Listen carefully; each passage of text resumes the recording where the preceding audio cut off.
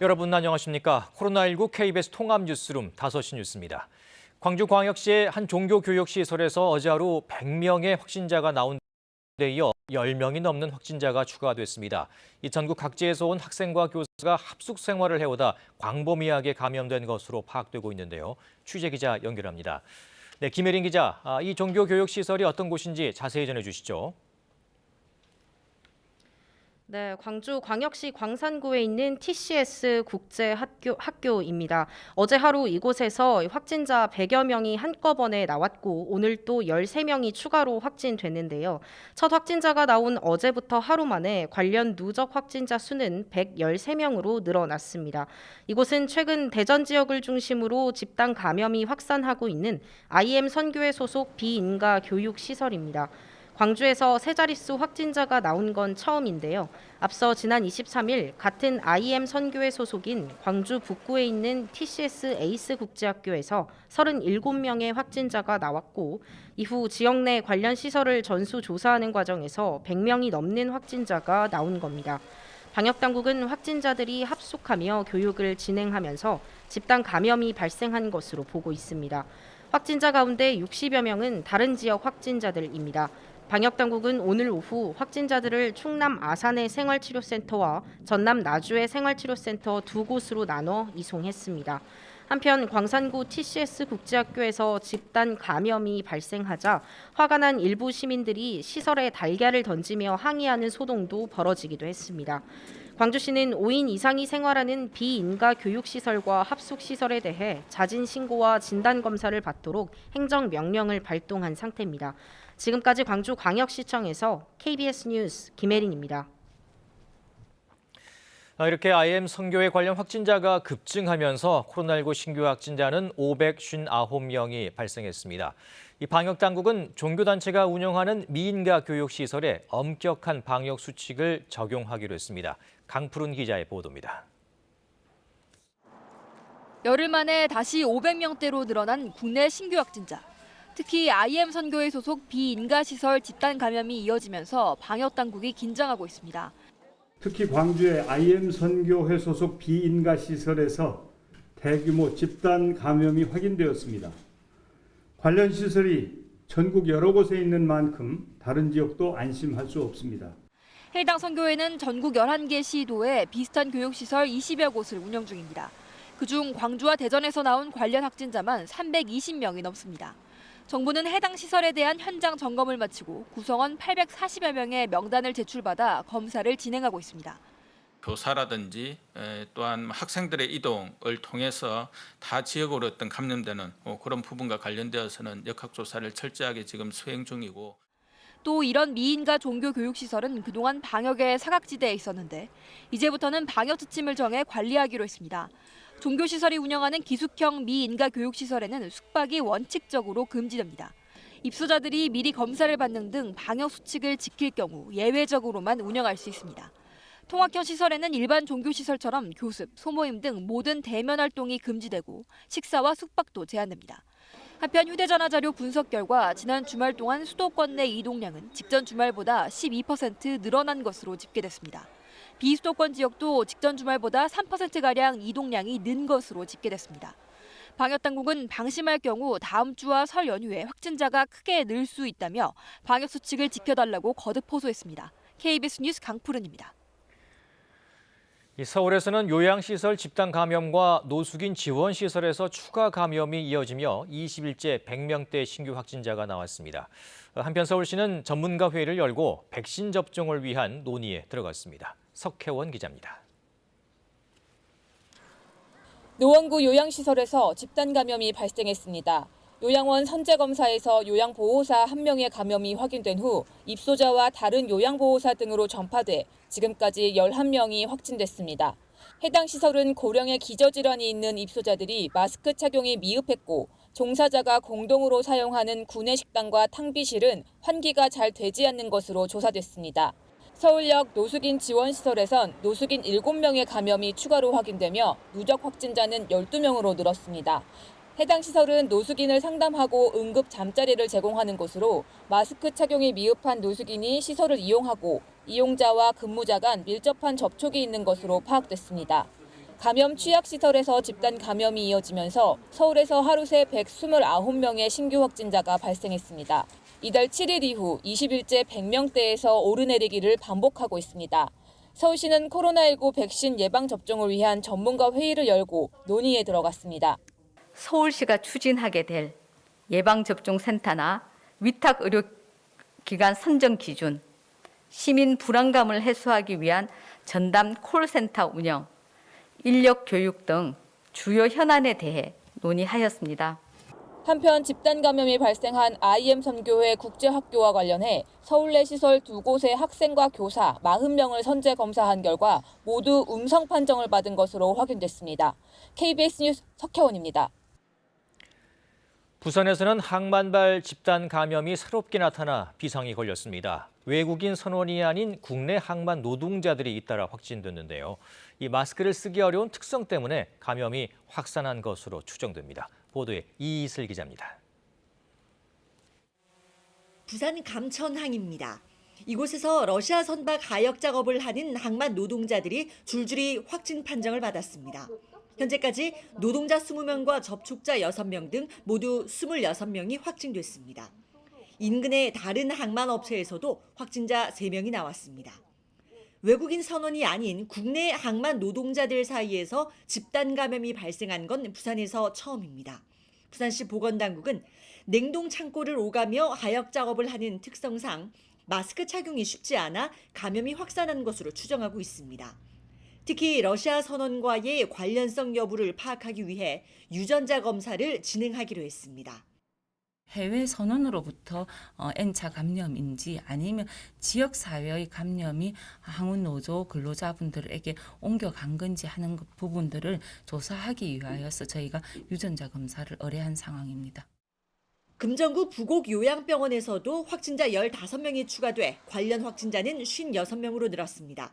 현재까지 확진자는 모두 3층 병동에서 나왔지만 부산시는 교차 감염 가능성을 고려해 병원 전체에 대해 격리 조치를 내렸습니다. 또 대전 종교시설과 관련한 부산의 확진자도 잇따르고 있습니다. 현재까지 국제학교 참가자 8명, 캠프 참가자 5명 등 13명이 확진됐습니다. 부산시는 이곳과 관련한 시설이 부산에 한 곳 있지만 최근 운영되지 않고 있었다며 다른 비인가 교육시설 10여 곳에 대해 점검을 하고 있다고 밝혔습니다. KBS 뉴스 이이슬입니다. 21대 국회의원 선거에서 재산을 축소 신고한 혐의를 받는 국민의힘 조수진 의원이 1심에서 벌금 80만 원을 선고받았습니다. 당선 무효형은 피했지만 재판부는 조 의원이 문제가 있을 수 있음을 알고서도 허위로 재산을 신고했다고 지적했습니다. 방준원 기자입니다. 지난해 4월 21대 국회의원 선거 과정에서 재산을 축소해 신고한 혐의로 재판에 넘겨진 국민의힘 조수진 의원. 서울 서부지법 형사합의 11부는 오늘 조 의원에게 공직선거법 위반 혐의를 적용해 벌금 80만 원을 선고했습니다. 국회의원은 공직선거법 위반으로 벌금 100만 원 이상의 형을 선고받으면 의원직을 잃는데 당선 무효형은 피했습니다. 하지만 재판부는 조 의원이 문제가 될 소지가 있음을 알고도 재산 축소 신고를 했다고 판단했습니다. 재판부는 조 의원이 언론사에서 일하며 대부분을 사회부 정치부에서 활동했다라며 공직자 재산 등록과 신고에 지식이 없는 사람으로 보기 어렵다라고 밝혔습니다. 또 조 의원이 재산 신고 당시 제출한 보유 현황과 실제 재산 차이가 약 7억 5,600여만 원에 이르는데 공천 신청자가 재산을 빠뜨려 신고하면 정당은 재산 형성 과정에 하자가 있는지 확인하기 어렵다고 지적했습니다. 특히 조 의원이 잘못을 인정하고 있지 않지만 적극적인 의도를 가지고 허위 사실을 기재한 것 같지 않다며 벌금 80만 원을 선고한 이유를 설명했습니다. 조 의원은 그동안 재판 과정에서 재산 신고 누락 사실은 인정하면서도 신고서 작성 요령 숙지 부족에서 온 실수라며 혐의를 부인해왔습니다. 앞서 검찰은 조 의원이 지난 국회의원 선거에서 당선 목적으로 사인간 채권 5억 원 등을 빠뜨린 채 재산을 허위 신고했다며 조 의원을 선거법 위반 혐의로 불구속 기소했습니다. 실제 조 의원은 당선 전에는 18억 5천여만 원을, 당선된 뒤에는 26억 원가량의 재산을 신고했습니다. KBS 뉴스 방준원입니다. 지난해 4.15 총선 전 후보자 재산을 신고하면서 재산을 축소 신고한 혐의로 재판에 넘겨진 무소속 김홍걸 의원에 대해 검찰이 벌금 150만 원을 구형했습니다. 검찰은 오늘 공판에서 김 의원의 학력과 경력, 정치인 집안에서 자랐다는 점 등을 고려하면 재산 신고의 중요성을 충분히 알았을 것이라면서 그런데도 재산 신고서상 허위 기재 등을 방치하고 실수를 고치려는 노력도 없었다며 벌금 150만 원을 선고해달라고 재판부에 요청했습니다. 이용구 법무부 차관의 택시기사 폭행 사건 당시 담당 경찰관이 블랙박스 영상을 확인하고도 무시한 사실이 뒤늦게 드러났죠. 관련 사건을 수사 중인 검찰이 오늘 서초경찰서를 압수수색했습니다. 김민철 기자입니다. 이용구 법무부 차관의 택시기사 폭행 사건 관련 의혹을 수사하고 있는 검찰이 서울 서초경찰서를 압수수색했습니다. 서울중앙지검 형사5부는 법무부 차관 등 피고발 사건과 관련해 오늘 오전 서초경찰서 사무실에 대한 압수수색 영장을 집행했다고 밝혔습니다. 검찰은 당시 사건 접수 기록과 내부 문건 등을 확보한 것으로 알려졌습니다. 앞서 이 차관은 취임 전이던 지난해 11월 초 술을 마신 채 택시에 탔다가 서울 서초구 자택 앞에서 택시기사의 멱살을 잡았습니다. 경찰은 당시 상황과 처벌을 원하지 않는다는 택시기사의 의사를 고려해 이 차관에게 단순 폭행죄를 적용하고 사건을 내사 종결로 처리했습니다. 이후 일부 시민단체들은 운행 중인 운전자를 폭행한 것이어서 특각법상 폭행을 적용해야 한다며 이 차관을 고발했고 지난달 검찰의 재수사가 시작됐습니다. 경찰은 내사 종결 과정이 석연치 않다는 의혹이 제기되자 혐의를 입증할 블랙박스 영상이 없다는 취지로 해명해왔는데 택시기사가 사건 다음 날 블랙박스 영상을 휴대전화로 촬영한 영상을 담당 경찰관에게 보여줬지만 이를 무시한 사실이 뒤늦게 드러났습니다. 검찰은 압수수색에서 확보한 서류 등에 대한 분석이 끝나는 대로 당시 담당 경찰관 등을 불러 조사할 예정입니다. 이 차관에 대해서도 소환 조사를 검토하고 있습니다. 한편 경찰도 해당 경찰관을 대기 발령하고 진상조사단을 꾸려 사실관계를 확인하고 있습니다. KBS 뉴스 김민철입니다. 최강욱 열린민주당 대표가 이른바 검언 유착 사건으로 알려진 채널A 기자 강요 미수 사건과 관련해 허위 사실을 퍼뜨린 혐의로 재판에 넘겨졌습니다. 서울중앙지검 형사 1부는 정보통신망법상 명예훼손 혐의로 최 대표를 불구속 기소했습니다. 최 대표는 지난해 4월 자신의 페이스북에 이동재 전 채널A 기자가 이철 전 밸류인베스트 코리아 대표에게 사실이 아니라도 좋다. 당신이 살려면 유시민 노무현 재단 이사장에게 돈을 줬다고 해라라고 말했다고 주장했다가 시민단체에 의해 고발됐습니다. 택배기사 과로사 방지를 위한 사회적 합의안이 나온 지 6일 만에 또다시 갈등이 불거지고 있습니다. 택배노조가 택배사들이 사실상 합의안을 파기했다며 총파업을 예고했습니다. 정유진 기자입니다. 택배노조가 오늘 오후 기자회견을 열고 모레부터 총파업에 돌입한다고 밝혔습니다.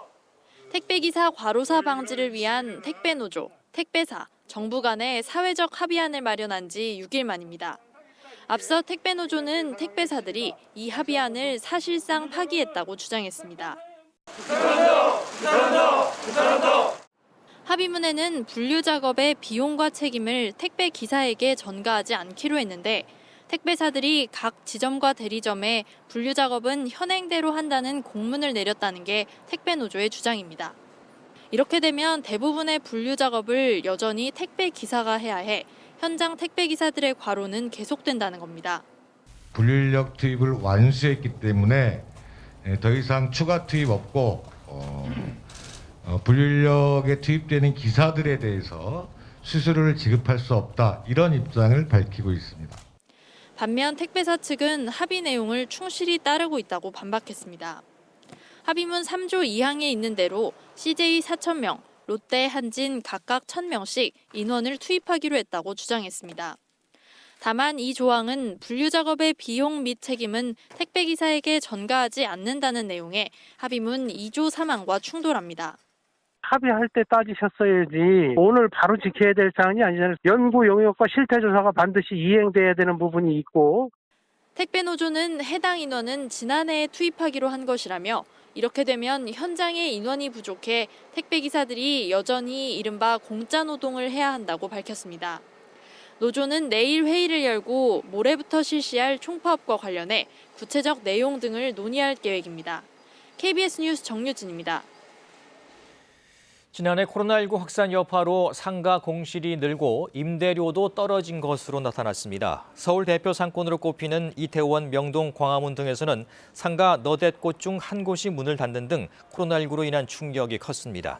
한국부동산원은 전국 중대형 상가의 공실률이 작년 1분기 11.7%에서 4분기에는 12.7%로 소규모 상가는 5.6%에서 7.1%로 각각 증가했다고 밝혔습니다. 서울의 중대형 상가 공실률은 작년 4분기 기준 8.8%로 작년 1분기 대비 0.9%포인트 높아졌고 소규모 상가는 7.5%로 3.5%포인트 증가했습니다. 경북과 세종의 중대형 상가 공실률도 19.0%와 18.6%로 전국 평균을 크게 웃돌았고 충북, 대전, 전북, 대구, 울산의 공실률이 높았습니다. 코로나19가 장기화하면서 전담병원 운영에도 어려움이 이어지고 있습니다. 이 전북의 순창 요양병원에서는 전담병원으로 지정된 뒤 직원 수십 명이 사직서를 냈는데요. 비단 이 지역만의 문제는 아니라고 합니다. 서윤덕 기자의 보도입니다. 순창 요양병원은 이달 초 별관 건물이 감염병 전담 요양병원으로 지정됐습니다. 하지만 요양보호사와 간호조무사 등 직원 수십 명이 잇따라 사직서를 냈습니다. 되고 나서 직원분들이 더 불안한 거죠. 너무 많은 선생님들이 이제 퇴근하시겠다라고 발표하고 또 계속 상담하시고 이러셔가지고. 사직서를 낸 직원들은 가족들까지 주변의 따가운 시선에 시달렸다고 말합니다. 남편이 그러더라고요. 사람들이 안 부른대요. 근데 그건 괜찮아요. 근데 애들한테까지 문자를 해가지고 이제 친구들이 물어보고 다니게 너는 엄마 그거 다니는데 너는 어떻게 되냐. 모든 가족이 피해를 보는 거죠. 가족들과 떨어져 일하려 해도 방을 구할 수 없습니다. 그러니까 기숙사는 비어있는 데 없어서 못 해준다고 해가지고 모텔까지 한번 알아보려고 했어요. 쫓고 하니까 누가 거기 근무한다고 하면 어느 누가 모텔을 내주겠어요.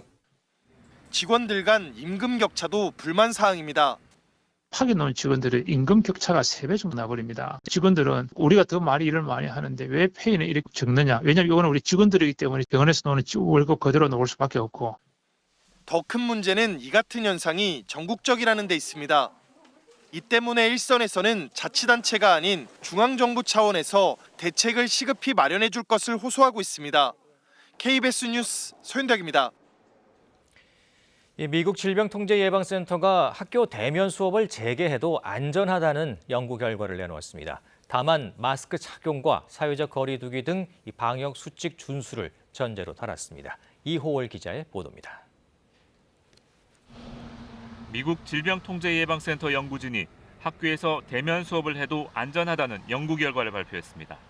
위스콘신주의 초중학교 17곳에서 13주 동안 학생과 교직원 확진자는 191명이었는데 이 중 학교 내 감염은 7명에 그쳤습니다. 이 학교들은 마스크 착용이 일상적으로 이루어지는 곳들로 지역사회보다 학교 내 감염 발생률이 훨씬 낮았다고 연구진은 밝혔습니다. The data is really accumulating to show us that we can safely reopen schools as long as we have the right prevention measures in place. 연구진은 다만 대면 수업이 안전한 것은 방역 수칙이 준수될 때라고 밝혔습니다. 학교에서 반드시 마스크 착용과 사회적 거리 두기를 지키고 학생들은 소규모 그룹으로 나누어 운영해야 한다고 권고했습니다. 또 실내 환기를 자주 하고 학생과 교사를 상대로 코로나 진단 검사를 자주 할 것도 제안했습니다. 다만 대면 수업을 재개하더라도 실내 체육 활동이나 단체 급식은 엄격히 제한해야 한다고 지적했습니다. 미국 당국자들 사이에서도 학교 대면 수업을 하루빨리 재개해야 한다는 목소리가 나오고 있습니다. The school is safer than the surrounding community. Keep the schools open and keep the children in the school. 바이든 대통령은 대면 수업 재개를 위해선 학교 방역을 강화해야 한다고 말했습니다. We need testing for people coming in and out of the classes. We need testing for teachers as well as students. 뉴욕타임스는 방역을 완화할 경우 학교 수업을 가장 먼저 재개해야 한다는 공감대가 미 교육 전문가들 사이에 형성돼 있다고 전했습니다. KBS 뉴스 이호울입니다. 이 월별 출생아 수가 60개월 연속으로 감소하고 있는 것으로 나타났습니다. 지난해 11월까지의 출생아 수는 25만 명을 조금 넘는 수준인데 이렇게 되면 사실상 지난해 연간 출생아 수는 30만 명 선이 무너지게 됩니다. 김진호 기자입니다. 통계청이 발표한 인구 동향을 보면 지난해 11월 출생아 수는 2만 85명입니다. 통계 작성을 시작한 1981년 이후 11월 기준으로는 가장 적습니다. 2019년 11월과 비교하면 15%, 3,000명가량이 감소한 수치입니다. 이런 감소폭은 2001년 11월 이후 가장 큽니다. 통계청은 월별 출생아 숫자가 2015년 12월부터 60개월 연속 감소세를 보인다고 밝혔습니다. 특히 지난해 1월부터 11월까지 출생아 수는 25만 3천여 명으로 2019년 같은 기간보다 9.8% 줄었습니다. 사실상 연간 출생아 수가 30만 명 선이 무너지는 게 기정사실로 된 겁니다. 지난해 11월 사망자 수는 2만 5,600여 명으로 사망 통계 작성을 시작한 1983년 이후 11월 기준 최대 규모입니다. 출생아보다 사망자가 더 많아지면서 전체 인구는 줄고 있습니다. 인구 자연 감소는 2019년 11월부터 13개월째 이어지고 있습니다. 여기다 11월 코로나19 3차 유행이 시작되면서 혼인 건수에도 영향을 미쳤습니다. 지난해 11월 혼인 건수는 18,000여 건으로 전년 같은 기간보다 2,000여 건 감소해 혼인 통계 작성이 시작된 1981년 이후 11월 기준으로는 최저치였습니다.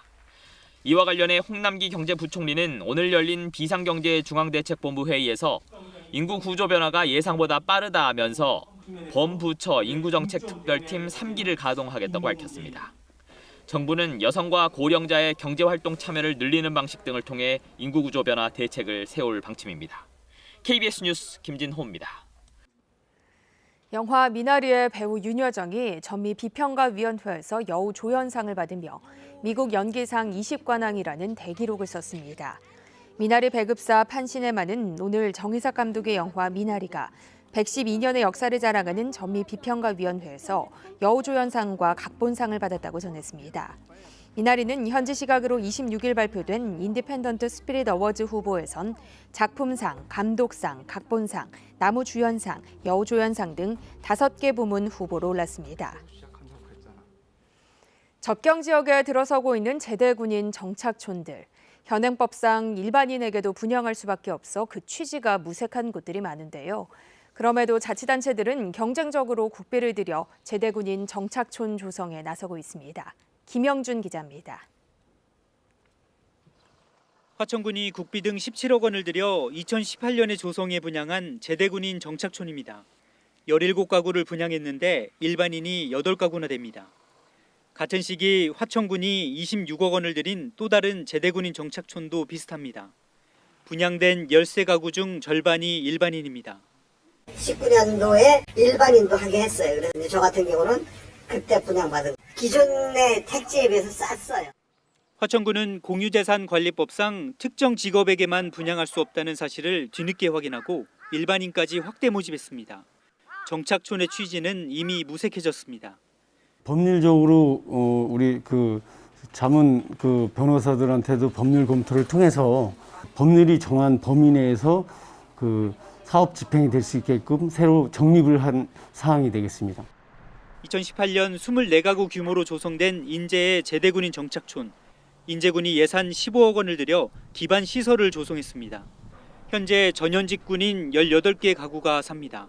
협약대로라면 지난해까지 정착촌을 완성해야 했지만 아직 6가구는 집도 짓지 않았습니다. 제대군인에게만 분양하는 것은 위법한 상황에서 철원과 양구군까지 정착촌을 조성하겠다고 나섰습니다. 이 때문에 제대군인 정착촌 제도의 실질적인 효과를 높이기 위한 중간 점검이 필요한 때입니다. KBS 뉴스 김영준입니다. 경제자유구역으로 지정된 광주 산업단지 4곳이 오늘부터 본격적인 업무에 들어갔습니다. 인공지능과 자동차 산업 등을 주력으로 기업 유치를 통한 일자리 창출이 기대됩니다. 이성각 기자가 보도합니다. 지난해 6월 울산광역시와 함께 지정된 광주 경제자유구역이 본격적인 업무에 들어갔습니다. 광주경제자유구역은 광주형 일자리 공장이 들어서는 빅그린 산단 등 4개 산단 4.3제곱킬로미터로 인공지능과 자동차, 스마트 에너지 등 산단별로 특화 단지로 조성됩니다. 이미 인공지능 분야 기업 70여 곳과 업무 협약도 체결됐습니다. 이미 기반 조성이 크게 진행된 상태이며 기업들의 실투자가 이어지고 있어서 단기간 내에 가시적인 성과를 거둘 수 있을 것으로 기대됩니다. 경제자유구역 내 입주 기업에 대해선 노동과 경영 관련 규제가 완화되고 지방세와 관세 감면 등 혜택이 주어집니다. 광주 경제자유구역은 6년 동안 1조 6천억 원의 투자 유치를 이끌어내 5만 7천여 명의 일자리를 만드는 게 1차 목표입니다. 하지만 앞서 지정된 경제자유구역 내 외국인 투자 유치가 갈수록 줄어들고 있는 점을 감안하면 국내 기업 투자 유치가 사업 성공의 관건입니다. 많은 이런 경제구역들이 있는데 그 경제구역하고 어떻게 차별화를 가져갈 것인가. 그리고 현재 광주시에서 그 지원이 되고 있는 다양한 정책들과 어떻게 연계를 해줄 것인가가 저는 그게 가장 큰. 상대적으로 산업 기반이 취약했던 광주광역시가 경제자유구역 지정을 계기로 인공지능 등 신산업 분야에서 한 단계 도약할 수 있을지 기대를 모으고 있습니다. KBS 뉴스 이성각입니다. 이어서 오늘의 주식 시황을 KB증권에서 전해드립니다. KB증권입니다. 대외 불확실성이 확대되며 코스피가 오전에 상승분을 모두 반납하고 하락 마감했습니다. 코스닥은 외국인과 기관이 함께 매도에 나서며 1% 가까이 내렸습니다. 오늘 코스피 지수는 17.75포인트 하락한 3,122.556에 코스닥은 8.08포인트 내린 985.92에 마감됐습니다. 기업들의 실적 발표를 주시하는 가운데 미국의 강경한 중국 대응 시사와 중국의 통화 긴축 정책 소식 등이 전해지면서 시장은 오늘도 경계성 매물을 출하했습니다. 장 초반 3,180선까지 오르기도 했던 코스피는 외국인과 기관의 동반 팔자로 연이틀 하락 흐름을 이어갔습니다. 시가총액 상위 종목 대부분이 내린 반면 삼성 바이오로직스는 지난 분기 호실적을 발표하며 5%대 강세였습니다. 넷마블이 신규 게임 론칭 가능성과 지난 분기 실적 기대감에 3% 가까이 올랐고 한편 후쿠시마 원전 건물 안쪽에서 초강력 방사선이 방출됐다는 소식이 전해지면서 원전 관련주가 상승했습니다. 오늘 원달러 환율은 2원 10전 내린 1,104원 40전에 거래를 마쳤습니다. 지금까지 KB증권이었습니다. 내일은 날씨가 급변하겠습니다. 우리나라 북쪽으로 저기압이 지나면서 전국에 눈이나 비가 내리겠습니다. 서쪽에서부터 고기압이 다가와 기압차가 커지면서 전국적으로 태풍급의 강풍도 몰아치겠습니다. 슈퍼컴 강우 예상도를 보면 내일 오전 서쪽 지역부터 눈이나 비가 내리기 시작해 낮에는 전국으로 확대되겠습니다. 저녁에는 대부분 그치겠지만 서해안과 제주는 모레 오전까지 이어지겠습니다. 경기 동부와 강원, 충북과 호남, 제주 산지엔 3에서 최고 15cm 이상의 많은 눈이 내리겠고 서울을 비롯한 그 밖의 지역에도 1에서 5cm가량의 눈이 예상됩니다. 아침 기온은 서울이 영하 1도로 오늘과 비슷하겠습니다. 낮 기온은 서울이 2도, 광주가 8도, 부산이 11도로 찬바람이 불면서 추워지겠습니다. 바다의 물결은 모든 해상에서 최고 5, 6m까지 매우 거세게 일겠습니다. 모레 아침엔 서울이 영하 12도까지 떨어지는 등 한파가 찾아오겠습니다. 기상정보였습니다. 코로나19 통합뉴스룸은 7시 뉴스에서 이어집니다. 시청해주신 여러분 고맙습니다.